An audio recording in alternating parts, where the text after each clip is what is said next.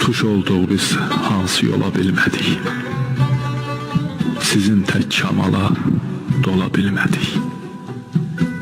Sizin yarınızca ola bilmədik.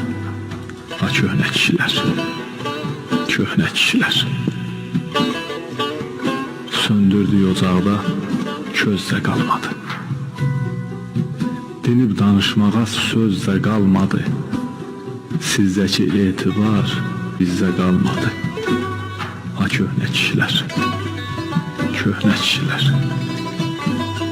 Gəlir tufan kimi qanlar, qadalar. Qalır su altında kiçik adalar. Ay savadsız, alim, aqil atalar. Ha köhnə kişilər, köhnə kişilər. Kimsəsiz görünür bu dağlar sizsiz. Soğulur, quruyur bulaqlar sizsiz. Yiyəsiz qalıbdı papaqlar sizsiz. Ha köhnə kişilər, köhnə kişilər. Yox oldu aradan o sirli pərdə.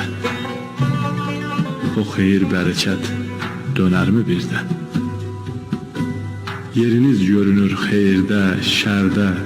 Ha köhnə kişilər, köhnə kişilər. Allah mübarək eləsin, bir-birlərlə mehriban olsunlar. Allah bütün müsəlman aləminin gələcəyini xoşbəxt eləsin.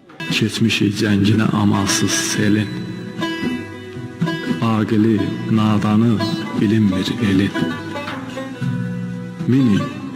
Minin o atları qayıdın gəlin.